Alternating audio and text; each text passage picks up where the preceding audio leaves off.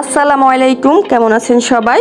আজকে আমি শুধুমাত্র আলু দিয়ে এই সুন্দর স্মাইলি তৈরি করে আপনাদের সাথে শেয়ার করব। আর এই নাস্তাটা তৈরি করতে কিন্তু খুব বেশি উপকরণ লাগে না, মাত্র দুটি উপকরণ দিয়ে কিন্তু আপনি এই সুন্দর নাস্তাটা তৈরি করে নিতে পারেন। এই পটেটো স্মাইলি কিন্তু বাচ্চারা অনেক বেশি পছন্দ করে, শুধু বাচ্চা কেন, আমার মনে হয় এটা ছোট বড় সবাই অনেক বেশি পছন্দ করবে। আপনি কিন্তু অতিথি আসলে এই নাস্তাটা তৈরি করে অতিথি আপ্যায়নও করে নিতে পারেন। নাস্তাটা তৈরি করার জন্য এখানে আমি 3টা আলু সেদ্ধ করে নিয়েছি। এখন আমি বেলনির সাহায্যে আলুটাকে ম্যাশ করে নেব। আপনারা চাইলে কিন্তু হাত দিয়ে ডলে আলুটাকে ম্যাশ করে নিতে পারেন।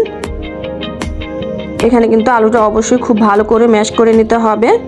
আমি কিন্তু আলুটাকে খুব ভালো করে ম্যাশ করে নিয়েছি। এখন এর মাঝে দিয়ে দিব আমি পরিমাণ মতো লবণ। এখানে আমি 1/2 চা চামচ পরিমাণ লবণ ব্যবহার করেছি। দিয়ে দিচ্ছি 2 টেবিল চামচ পরিমাণ কর্নফ্লাওয়ার। আপনাদের হাতের কাছে কর্নফ্লাওয়ার না থাকলে কিন্তু এখানে আপনারা ময়দা ব্যবহার করতে পারেন। দিয়ে দিচ্ছি 1 টেবিল চামচ পরিমাণ রান্নার সয়াবিন তেল, চাইলে এখানে বাটারও গলিয়ে দেওয়া যাবে। এখন সবগুলো উপকরণ আমি একসাথে কিন্তু ভালো করে মেখে নিচ্ছি। এখানে আমার আরও 1 টেবিল চামচ পরিমাণ রান্নার সয়াবিন তেল নিয়ে নিয়েছি। এখন খুব ভালো করে মেখে একটা সুন্দর ডো তৈরি করে নেব। এখানে কিন্তু আমি একটা সুন্দর ডো তৈরি করে নিয়েছি। এখন একটা বড় সাইজের রুটি তৈরি করে নেব। আমি কিন্তু রুটিটা খুব বেশি পাতলা করব না, আবার খুব বেশি মোটাও করব না, মিডিয়াম সাইজ করে রুটিটা তৈরি করে নেব। এখানে কিন্তু আমি দেখুন একটা বড় সাইজের রুটি তৈরি করে নিয়েছি।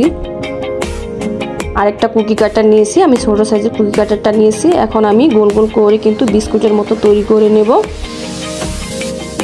এখানে আমি একটা নজেল নিয়েছি, আপনারা চাইলে কিন্তু কলম দিয়েও কিন্তু এই কাজটা করে নিতে পারেন। এখানে প্রথমে আমি নাস্তাটার দুটি চোখ এঁকে নিচ্ছি। এখানে আমি একটা চায়ের চামচ নিয়েছি, এই চায়ের চামচ দিয়ে কিন্তু আমি নাস্তার যে হাসিটা হয় সেই হাসিটা দিয়ে নিচ্ছি। বাস দেখুন কত সুন্দর একটা হাসি মুখ তৈরি হয়ে গেল। এইভাবেই করে কিন্তু আমি সবগুলো নাস্তা তৈরি করে নিচ্ছি। আর এই নাস্তাটা তৈরি করে কিন্তু আপনারা এয়ারটাইট বক্সে ভরে কিন্তু ডিপ ফ্রিজে সংরক্ষণ করতে পারবেন অনায়াসে কয়েক মাস পর্যন্ত। যখনই বাচ্চাদের খেতে মন চাইবে সাথে সাথে কিন্তু নামিয়ে ভেজে দিতে পারবেন। আমি কিন্তু সবগুলো তৈরি করে নিয়েছি। এখন চুলায় চলে যাব বাজার জন্য। আমি চুলায় আগে থেকে তেলটা গরম বসিয়ে দিয়েছি। এখন আমি নাস্তাগুলো দিয়ে নিচ্ছি। তেলটা অবশ্যই খুব ভালো করে গরম করে নিতে হবে। আর চুলার আঁচ মিডিয়াম রেখে কিন্তু নাস্তাগুলো অনবরত নেড়ে চেড়ে কিন্তু ভেজে নিতে হবে। নাস্তাগুলো ভাজতে আমার 5 থেকে 6 মিনিটের মতো সময় লাগবে। দেখুন নাস্তাগুলো কিন্তু কয়েক মিনিট পরে কিন্তু খুব সুন্দরভাবে উপরে ভেসে উঠেছে।